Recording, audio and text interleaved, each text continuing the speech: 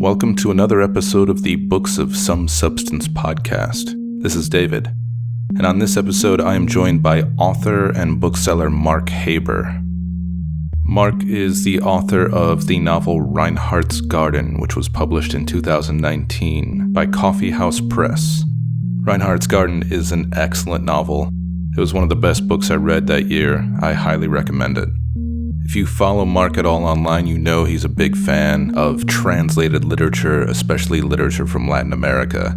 And on this episode, Mark has chosen to talk about the novel Necropolis by Santiago Gamboa.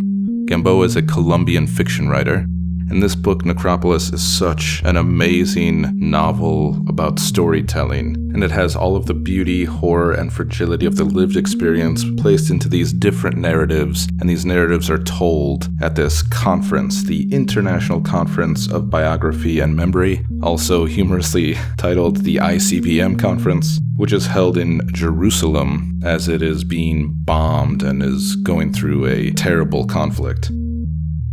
And this novel, Necropolis, as Mark mentions, is sort of a Russian nesting doll of various narratives. As readers, we are guided through this book by the hand of the unnamed narrator, a Colombian writer who happens to be living in Italy at the time, something which mirrors Gamboa's own biography, travels to this conference, interacts with these people, listens to their stories, gets involved in sort of a murder mystery, experiences war. We get into some of these narratives, the beauty of storytelling, the magic of Gamboa being able to inhabit all these different voices and do so in a way that is both poetic and simple. Sadly, Necropolis is a hard book to find in print. Europa edition isn't printing any new copies as far as we know, but there are digital copies out there. I highly recommend reading this novel. It's fantastic. It was my first introduction to Gamboa. I'm definitely going to be reading more. I think Mark chose an excellent starting point. And without further ado, enjoy the podcast. Well, first of all, you've had so many great books already discussed. So, in this one, it's equal to the other books as well, and the other writers like Krasnoborkai and writers like that. I think, like a lot of people, I'm definitely a fan of the underdog, and I just feel like Gamboa doesn't really get the audience in English that I think he deserves. He's compared a lot to Bolaño. He and Bolaño were actually very good friends, and Gamboa came and read at Houston at Brazos. And this is digressing, but I will get back to why I chose Necropolis. And he showed me these photos of him and Bolaño hanging out, and he was very close to Bolaño's widow, his wife. And so I just feel like, in a way, he's kind of giving short thrift in English. I read Necropolis first. It's the first book I'd read of his. I think it's still my favorite. And it was this introduction into this voice that it reminds me a bit of Bolaño. It's very voice-driven. It's very kind of, it's got a great cadence. It's got great, rich imagination. But to me, it's a little more, I guess I'd say accessible even. It's a little more plot-driven, even though Necropolis is really kind of Russian nesting dolls inside each other. It's like a novel filled with stories inside stories, etc. But it just feels like one of these writers who I'm just a big fan of and want more people to read him.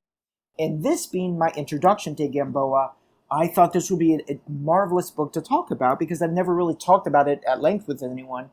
And I just think it's a marvelous kind of love letter in a way to storytelling, the possibility of just plots and voices and stories. So I thought Necropolis was a fun choice. And I think you said exactly what I think this book sort of distills down to is it's all about storytelling and getting at people's stories and how they work and why we tell them to each other and how they succeed and kind of fail. Yeah, absolutely. And there's so much color. And when I say color, there's all these locations and places and voices and all the things that happen with this like religious leader in Miami, and it's all invented. And it's coming from this Colombian writer, Gamboa, who, even though he's from Colombia, spent decades, I think, in Europe as like a diplomat. I mean, he lived in India. And so there's this kind of metropolitan or worldly flavor to his writing that I really enjoy, which is, kind of lots of place. Place plays a big part in it, whether it's in Tel Aviv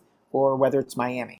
I'm curious, since you mentioned place, the idea of setting this inside this conference, which is humorously named the ICBM conference, during war. And said the conference is in Jerusalem, though he does travel to Tel Aviv. Yeah, that's right. It's Jerusalem, yes. Yeah.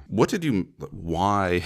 I guess it was also weird reading this at a time when Israel was in the middle of one of its longest wars or battles. I don't know what you would refer to these as. Sure. That just recently went into a ceasefire. So I started reading this at that exact same time. Gosh. It was so bizarre. Yeah. And I thought of you when I knew we were going to be discussing this, and I did kind of briefly think, oh my gosh, this is happening right now.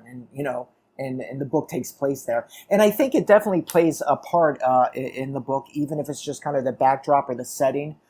As far as, there's all these stories from people at a conference in Jerusalem with the backdrop of this war going on. The way that the author is picked up and kind of driven through the city, and it's almost like a war zone. Everyone's like, oh, don't worry about that. And everyone's very, I don't know, it seems flippant about it. And then, of course, he gets to the hotel, and then all these kind of Russian nesting dolls of stories happen.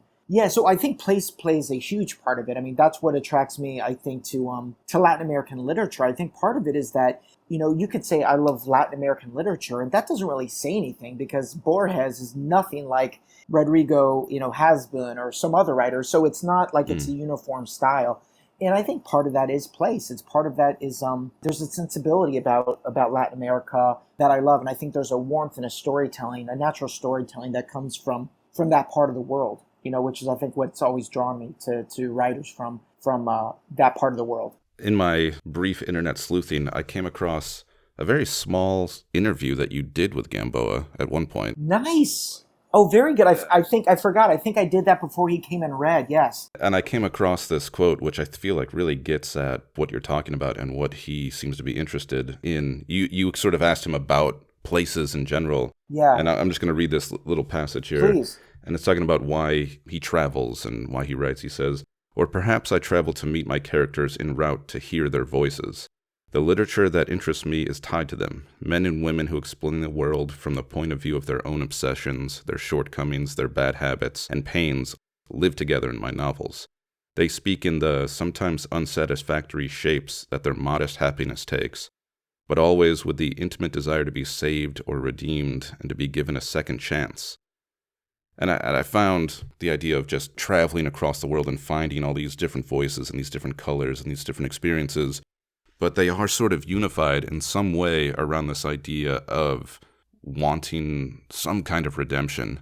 Yeah. Whether that's secular or not. Sure. It really is about looking for redemption in the world. I agree. I see that in Necropolis, and then the two other novels of his that came out in English, Night Prayers and a sequel to that, Return to the Dark Valley. Redemption definitely plays a big part in all three of his books, and I think that's you nailed it. I think that's a great insight. Whether it's one character or another, it's a running theme in his work. And like you said, it could be religious, it could be secular, but or it could be a fanatic. It could be these people that I don't know. I'm going to call it a cult, but this religious movement in Miami that ends up going askew, but. Yeah, I see it touched on in all of his books. And I know he did live in Rome for a long time. So there is a part of him in this book, as far as the main character, the narrator, is living in Rome after this illness when the book opens. And then, of course, goes to Jerusalem from Rome. And he lived in Rome for, I don't know how long, but several years. And going further into the book itself, I'm curious, you mentioned the sort of religious cult and the narrative, or at least the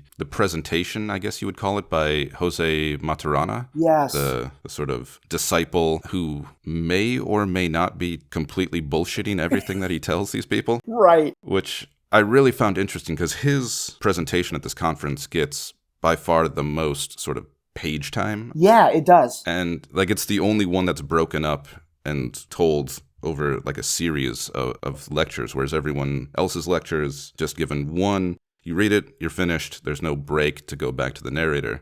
Absolutely. I'm really curious. What did you think about why does his narrative receive so much and then also is undermined by, I guess, the choice of Gamboa to sort of choose to undermine his narrative a little bit? Yeah, I think one of the reasons, to me, and this could be wrong, is that he chooses to give it so much attention because it's such...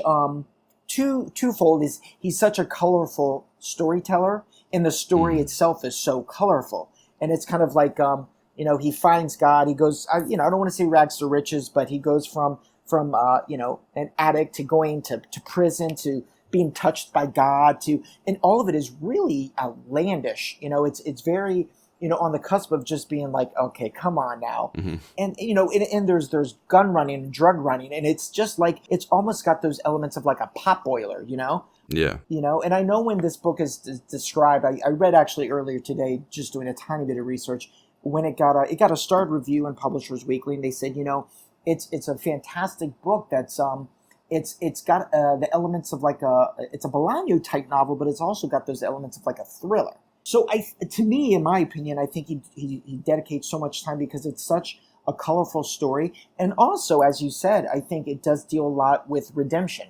and trying to become a good person or trying to find your way in the world. Or as Jose says, try to walk that tightrope of time, which I thought was a really interesting explanation I don't know if it's in his letter to Wanda at the end, but he talks about how he's going to talk to God and ask him why we have to walk on this tightrope of time, which I thought was a really cool metaphor. It is. It's a very cool metaphor. And what did you think of the book? I mean, being kind of this was your initiation into Gamboa. What were your reactions to the novel? I really enjoyed it. I'm so glad to hear that. It was so human. Mm-hmm. And still incredibly literary, which is something that I like. It has all of these elements of, I guess it's kind of multiple genres. It does, there's this weird sort of detective aspect to it, mm-hmm. while still being somewhat experimental in the way it relays the narrative. Yeah. It's really easy to read. Yeah. Granted, you can get past some of the more disturbing things that are happening in the story. I was rereading going, oh no, David's going to be like, what the hell, Oh, no, that's hard to admit, but as a teenager, Henry Miller was sort of my gateway drug into literature. So this wasn't shocking. No, exactly. You're like, no, I've read that. But what you say is so true, that it's that great balance. And that's what I try and achieve when I write, actually, is that it's, and I think you and I mean the same thing when we say literary, and that to me just means that you care about the language used, and there's an attention to craft, I guess you'd say. Yeah. But at the same time, like you said, it's very human. It's a lot of it is very conversational. It's someone just sitting there talking to you, basically, and yet at the same time, there's this kind of meta element where he's got the list of the writers there at the conference, and I guess I read that some of the last names are of real writers, but the first names aren't, so they're not real people. But then I see Charles Bukowski mentioned, and he mentions all these real and fictional writers, which I love. It kind of makes a tapestry. Yeah, it seems like most of the presenters at the conference are fictional, yes. But they all discuss real people, or most of them do. Yes. Except near the end when there's a poet, Bumanguele, I don't know how to pronounce his name. Sure. Who is talking about another African poet from Kenya, but that poet is totally fictional. Gotcha. I remember looking it up. Right. Yeah. So there's a lot of play in terms of literary allusion, literary reference. Exactly.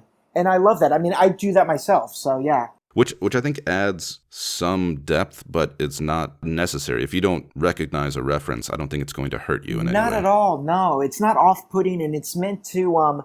I always think of it like painting, and you take a title of a book, whether it's real or fake, and you're just dabbing a little bit of red or a little bit of blue, and you're just trying to fill up it, the painting. But if you don't understand why the blue or the red is there, it doesn't take away from you enjoying the whole painting, Yeah. Yeah, it's a very, like you said, I think it's a very human book. It's not meant to be... it's not stuffy in any way. Yes, even though it centers around academics and sure. makes a lot of allusions, it's not an academic read necessarily. Not at all. And you mentioned how you sort of do that, and just, as a plug, in the novel that I've read, Reinhardt's Garden, and your most recent short story, I feel like you do that quite well, actually. You blend the literary and the human in a way that I find amusing and really well crafted. Thank you so much, David. I appreciate that. Yeah, it's something that I love to do. I'm a fan, and I've talked about this before in some interview, I guess, but I'm really a fan of mixing the fictional with the real, whether it's Cervantes or Tolstoy, but also. I love that world of academia, because I'm not really an academic. I taught middle school and high school, but I work in retail. I'm a bookseller, and it's kind of a gentle way of poking fun at academia and the titles of things and the kind of the pomp, the pomp and circumstance of things. And I love that idea of making a tapestry. I love just the italics of a title, in the work of the printed page. To me, it just looks pretty. So I love that. Nice. Yeah. And it's not meant to take, readers on wild goose chases to go, is he real or not? It's not meant to like punk readers. It really is just a love letter to invention, to being, to inventing. And I think not only do you do that well, but I'm assuming Gamboa does it well in all of his other books, which I am really looking forward to reading after this. Yeah, I think you're going to enjoy them. I'm really excited to read the new one that's coming out, I guess, in the fall. I was really worried because I don't know if you know the translator Eric Becker. I think he translates from the Portuguese. I don't think he translates from the Spanish per se, but I remember talking about Gamboa on Twitter once, and he said, he's got a lot of really good books in Spanish that aren't in English yet. And I said, well, the 3 I've read are amazing, but I thought Europa was going to stop publishing them because the sales just aren't very high. And, publishing, it can be fickle. Who knows what's going to happen? So when I saw randomly, I was doing research for this podcast. I don't know how I came across him. I'm like, oh my God, he actually has a book coming out from Europa. And I messaged Michael Reynolds, who's the American publisher. And I said, is this real? Is this happening? He's like, absolutely. So I just think he's a really incredible writer. And anything that we can get from him in English is a good thing. Yeah, I was going to say, I had to get this book digitally because Europa stopped printing actual physical copies. Which breaks my heart. It's a real shame. Yeah, I can't get any for the store either. So if you're listening, anyone from Europa, I promise I will sell many at Brasso's.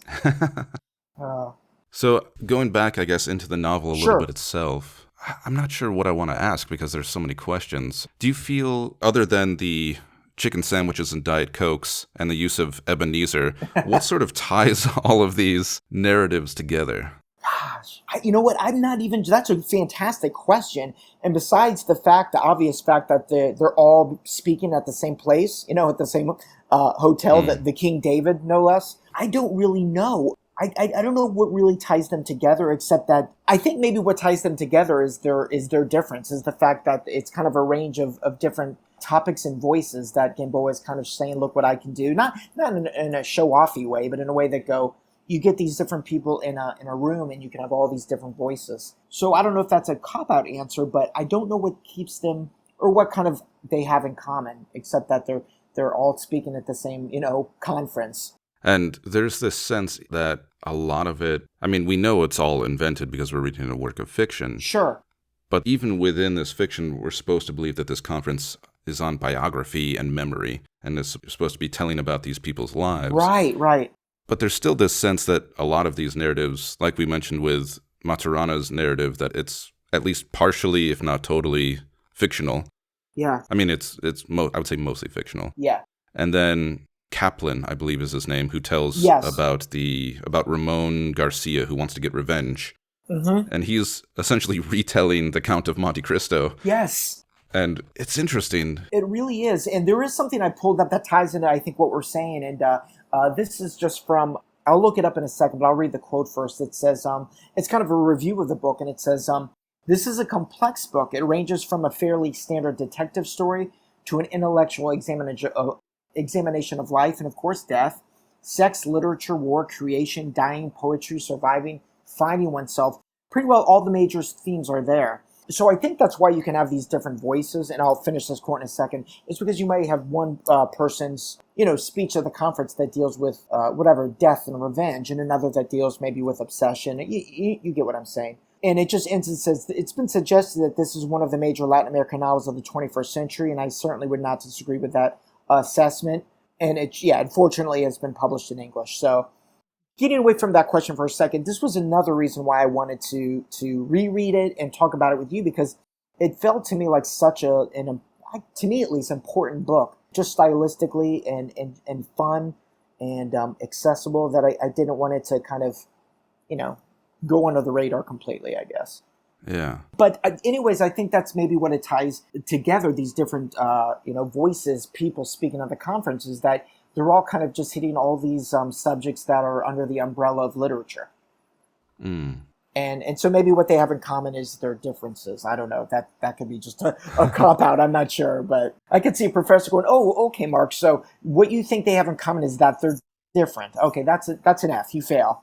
But Well, it's a very postmodern literary. Their commonality is their differences. Or yeah, something like right, that. exactly. Yeah. So yeah, I'm just flipping through some of the quotes. Sure. I'm thinking, just based on what I'm hearing about Gamboa's other works, and particularly this work, he's really just interested in hearing these voices of these characters and getting into a life itself. Yes, absolutely.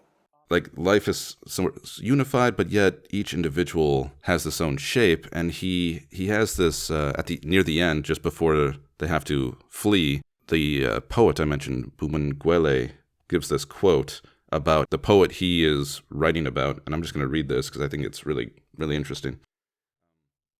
So he says, any life that is close to us usually has serious repercussions on one's own. I know what I'm saying, and so do you. Given that as one's life, the life of any one of us here, including the honorable audience, is a block of marble that is shaped by circumstances, our times, and the corner of the world in which we chance to arrive, as well as the people we meet, and that close contact, the drumbeat whose rhythm never varies and never stops, helps a figure emerge from the stone, an imprecise silhouette that is born inside the block, and gradually acquires depth and volume until it forms that unique, irreplaceable being that is each one of us, as unique and irreplaceable as the circumstances of each life. It is the immaterial and intangible tam-tam of life that makes us different. Oh man, what a great excerpt you found. That's so good. Yeah, absolutely. And I agree that you find what he just said, that really is almost like his kind of ethos, it seems like, in Yeah. writing. You see all of that, what you just quoted in his other two books that are in English. Absolutely. Oh, that's fantastic. Yeah, I mean, a lot of who you become, of course, and I'm stating the obvious, but is the circumstance of where you grew up, who you bump into and meet, who you become close to. And the places you go, absolutely. And if you want, I'll do a quick digression about the other two books that are in English.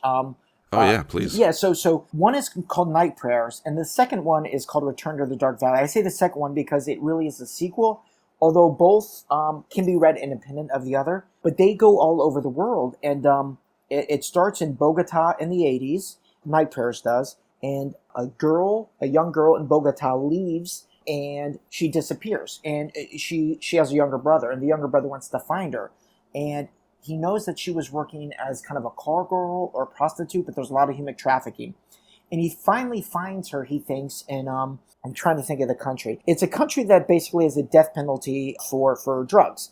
He is caught in this country looking for a sister, and he's sentenced to death for having drugs, which he's innocent, but who's going to believe him? So the main character, kind of a detective novel again, is an attorney who it goes to kind of defend this boy and help him try and find his sister. So things happen, and then the second book, these characters come back together. And Return to the Dark Valley, besides these characters coming back, is actually kind of a tip of the hat to Colombia, because he's come back to Colombia in real life, Gamboa, after, 2 decades. So it's his return to the Dark Valley, and he's looking at a country that is nothing like the country he left in the 80s, which was riddled, of course, by violence and drug warfare. And he comes back to an economy that's healthy. This is in the book and also in real life. And when he came and read in Houston, he had just moved back to Colombia after 2 decades with his wife and his young child. And but it is a lot about place. And Night Prayers goes from a prison. I'm trying to remember the country. I'll walk away in a second and get the book. But it goes from Bogota in the 80s to Baghdad to Tokyo, to all these different places, and yet it feels so unified. It's a story that just kind of bounces across the globe, and it's fantastic. Both books are. When I looked at this book, it reminded me, and it's been a long time since I've read it, and I don't know how well it holds up to my early 20s interest in a David Mitchell novel called Cloud Atlas, which sort of bounces around the world and gets into all these individual sort of narratives. Yeah. I mean, feels much different, but it has a similar... He seems to be interested in some of the similar ideas of just like these people in these locations and how life sort of shapes them based on that experience. Yes, and sometimes there's connections and sometimes there's not. But yeah, it kind of goes all over the place. And I definitely think that they're very different books, but they also, I think you nailed it, have some similarities. Absolutely, I can definitely see that. And there's also that kind of idea of the stories inside stories inside stories. Yeah. Yeah. But no, I think that quote that you had is fantastic as far as, I guess you could use the word fate as an umbrella term. I mean, fate is kind of what's handed to you when you're born, who you're born to, when you're born, where you're born, etc. And speaking of the nesty narratives, just out of my own curiosity, is there a particular narrative or presentation or conference story that you really enjoyed? Honestly, I have to say that it's I can never say his name correctly, but the big one, where he's talking about Freddie and leaving prison and going up to Virginia and starting these churches and spreading them around. Mm. I just think it's so colorful, and it's really kind of audacious, and it's really over the top, And Yeah. I mean, it's really over the top, and there's even a bit of, like, I guess, Miami Vice style, like, gunplay going on, and drug running and redemption. And I just know, after years of not having read the book, that's the part that still sticks with me, even though I recently reread it. And I also just have kind of an affection for the main narrator, the first person narrator, Mm. But I have to say that main story that's broken up over a couple parts is probably my favorite, which is kind of obvious. But do you have a favorite? Oh, oddly, even though it comes from the obsequious Frenchman Super VA, I don't know how to pronounce his name. Sure. I really enjoyed his story of Oslovsky and Flo. Yes, yeah. Just because it sits as this oddly touching meditative narrative on aging and accepting who you are. Yeah. Around all of this chaos and madness. That's true. That's a good point. Yeah, it is almost like this kind of this eye of calm in the center of the storm. Yeah. Yeah. All of them I found incredibly good. Yeah. Each character has their own voice. I think the main one that you were talking about, that's told by Jose, yeah, it only works because it's in his voice. Right. It's so outlandish, yeah. but Gamboa does such a good job of setting up this character's voice that you sort of just you just fall into the story so easily. Absolutely, yeah. And that's just kind of a sign of his talent. Yeah, you just fall into his language. And I think, at least for me, he's reminiscent of Bolaño in that command of language. And I don't mean the command of language like when you hear a really good poet, or you read poetry, you're like, wow, what a great command of language. I mean like a command of storytelling, like the chops to just go, I'm going to tell you this long, involved story, and time is going to not even exist because you're going to just be absolutely drawn in. And I think they both have that kind of going for them with their storytelling. They're just, they grab the reader right from the get-go and go, sit down, I'm going to tell you a story. And the reader is like, okay, let's go. Yeah, and I don't know how long this book actually is in physical form. Oh, yeah, it's his biggest as far as the other two are fairly big. This is a big book. It is 466 pages. Mm. Yeah, so it's a big book. I mean, there's lots of voices and a lot of, and for you, as you just said, to say that you liked all of the stories and all of the voices, I think it's a testament to carrying it through an entire really big book. Because not only is each story engaging, he sort of, I don't know how to explain, he sort of imbues each narrator within the overall narrative with enough interest and character that separates them and still keeps them interesting. So it just all works in a way that almost feels like it shouldn't, because it's structured rather oddly. It really is, with the titles of the chapters, and not that the lengths of the chapters have to be uniform, but it does kind of zigzag. And you're right, in theory, it really almost shouldn't work, but to me, it's pulled off, just fine. It's seamless. Yeah, I agree. And when he read the story, he's like a big grizzly bear of a guy. He's kind of big and just as warm as you could expect. I mean, super, super warm. I mean, you couldn't meet a kinder guy. Just really down to earth and loved to tell stories about Bolaño and things like that. And it was like really incredible for him to read. And we went out and had dinner afterwards. We went and got Vietnamese with some other people. But that warmth, you read this and you can't be surprised that he's actually this really warm guy. He's not one of these kind of off-putting, he wants to be left alone. He's very human, as you said. He's very warm. For all of the violence, war, death, horrible sexual violence as well. I mean, there's a lot of bad things in this book. A lot of bad things. And yet the characters are still seeking redemption in some way and remain human It's touching and somewhat hopeful in a way that I did not expect. I agree. His other two books are like that too. There's this sense of hope. So you have all this dark stuff happening in his novels. You've got this violence. You've got and in Night Prayers you see the kind of the violence of the early '80s, which is I think roughly when he grew up as a young man in Bogota, in a very violent city and a violent at the time country. In this book, of course, you're in a war-torn country with people that are talking about really heavy, dark things. But at the same time, there's this sense of it's not like nihilistic, it's not hopeless. It's just like, look, there are bad things in the world, and we're gonna write about them. But there's also this kind of, I don't know if it's a humor, but this at least human touch that doesn't make it all feel hopeless. Yeah, yeah. I'd say there's definitely some humor in the book. Yeah, and the human touch is there in how they tell each other stories. There's always a way to connect to another person, which I think makes this setting so masterful and kind of brilliant, is that all these people have come together, they're being shelled, and yet they're still connecting through narrative, through telling each other these stories, whether fictional or not, I love in a it. way to sort of make them feel less alone, I guess. I don't know what it is, but no, yeah. I mean, and that's a great metaphor. I mean, to literally be kind of in the bunker, in the hotel that's being shelled, and kind of saying, well, let's tell each other stories, and I think that's right there, that's a sign of hope, and I think that's a really great kind of insight. Also, just speaking about humor, of course, this is very lowbrow, but the porn actress and some of the names of her films toward the beginning, things like that. It's like I love the mix of lowbrow and highbrow humor in writing and books, and I think that he kind of pulls that off here, in different parts of the book. Definitely the lowbrow, definitely kind of the low-hanging fruit of going, let's have some funny names for the films that this porn actress was in, Oh, but it's pulled off with such a straight face. And of course, she's kind of, bookended by these really serious, philosophers or doctors or things like that. So it goes into the whole, fabric of the story and makes it really funny. There's a sort of smirk and a wink, but it's not overly ironic to the point of being... Yes. Some writers who might approach something similar would be ironic to the point of losing any humanity in these characters. Yeah.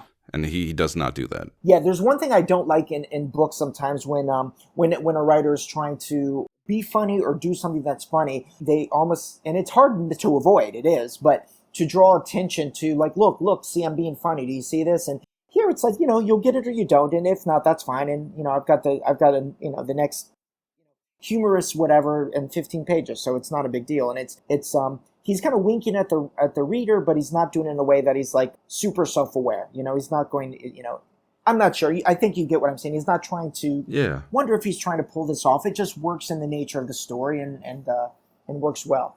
Yeah, he might say this is kind of a ridiculous thing, but the human behind it isn't ridiculous and doesn't deserve your contempt. Exactly. Yeah.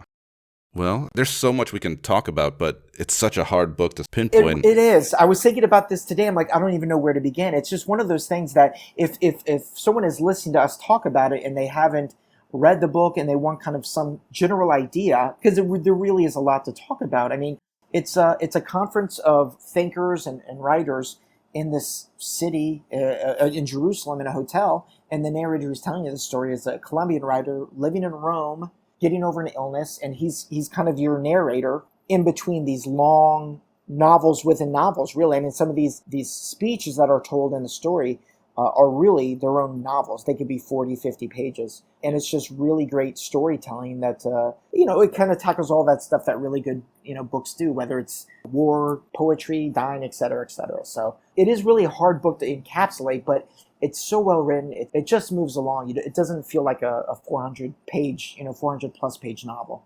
And I would say if anyone has made it this far into the podcast and hasn't read the book yet, I remember when I was trying to buy the book, there was someone left a review saying, "Oh, this author, all they do is make references to other authors." And I would say in the very beginning of the book, he kind of does that. Sure. And if that intimidates you, don't worry about it. It's not a problem. Like, just let the story carry you, and it will do you justice. I may have seen that too. I don't know what side it was on. It could have been the A word. Who knows? But I think that this person's complaint was, oh, look, he's trying to show the reader how much he knows and how much he's read. And that's absolutely not the point of this at all. That's not what he's trying to do. And yeah, references aside, it's a book that really anyone that a good novel would appreciate. Yeah, I agree. Yeah. And I'm really excited for his fourth book in English, so I'm hoping to get an advanced copy at some point. Nice. I'm curious whether you know this or not, or want to be or not. You seem to be somewhat known for at least pushing Latin American literature. And as you said, that concept is, rather fluid and not very defined. Right. But what exactly about Gamboa do you find to be, is he representative of something in this sort of genre of literature? I think he is. I think that there's a sympathy with his writing, or you could say humanity. So I think that he is one of these writers that is. I always say when I'm trying to talk about his books to people that if you like Bolaño, he's a little bit like Bolaño, but he's a little more plot driven, maybe a little bit more accessible. Because Bolaño sometimes can be very. I don't want to use the word vague. I don't think he's vague, but he goes out there. He's kind of in this. I feel like Gamboa is a little bit more grounded, if that makes sense. Yeah, no, I think so. So when I think of like the whole plethora of just Latin American letters, of just great writers that come from that part of the world, I think that he's one of these people that's, he's a contemporary that's, he's very human. He kind of shows the world and all its good and bad. He has a momentum. His books have this kind of engine that just runs, which is kind of what reminds me of Bolaño. But there's also humanity. So he's going to show you the dark and the violent, but he has a sense of humor. And he has enough respect for the reader to try and challenge them, but at the same time want the book to be engaging. There's nothing in this big book that we're talking about that seems superfluous or seems like he's just writing for the sake to be read. That everything, it kind of serves a purpose in the book. He just kind of falls in that line of Latin American writers to me, where I think like a lot of Latin American writers, he had to leave to kind of write about home. And I know he lived in, I think, Italy for a while. I know he lived in Rome and other places, but he writes so well about, he writes well about Miami. I don't know if he's ever been there, but he writes about where he comes from at the same time as writing about the world, if that makes sense. Yeah. Yeah, I just think he's one of these strong, living contemporary writers that I think should get and he has some readership in English, but I would really love to see him get a larger readership. And how much or what of Gamboa do you think seeps into your own work? What I love to do is if I'm telling a story, is just be plain, just tell the story. You can always go back and do the other stuff and fix it up. But I love that when I read him, I'm reminded, just say the thing.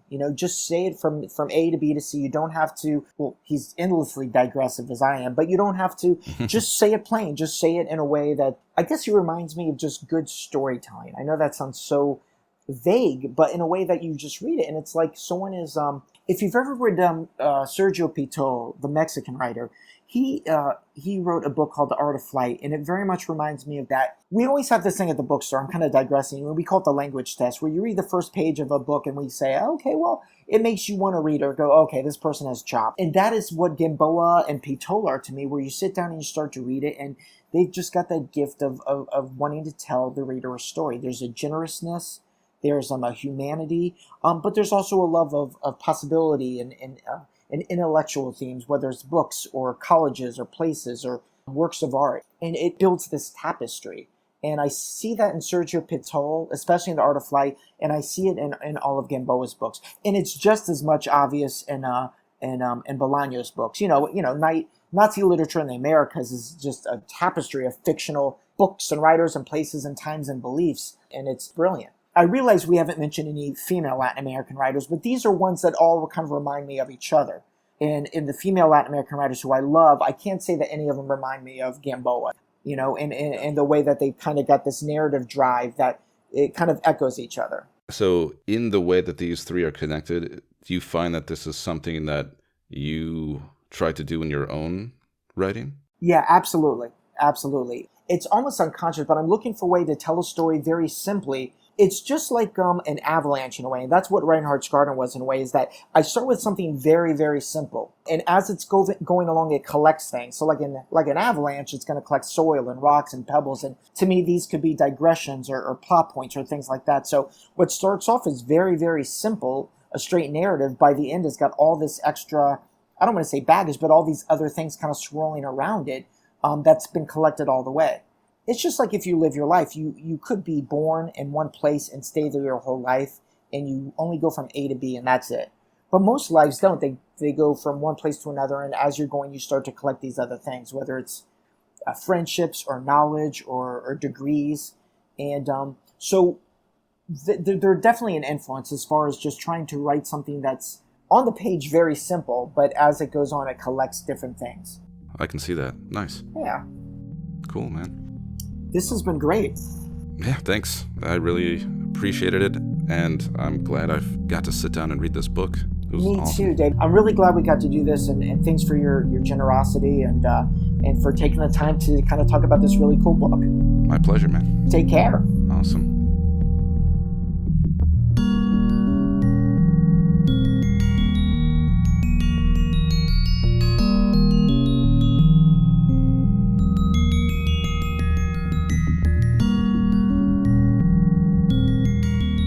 Thanks for listening. I hope you enjoyed it. You can find Mark online on Twitter at MarkHaber713. I recommend giving him a follow. He has a lot of great recommendations for books to read, so your to-be-read pile will never shrink. You can find more about Books of Some Substance online at booksofsomesubstance.com. We're at Twitter and Instagram at BooksOSubstance. Until next time, happy reading.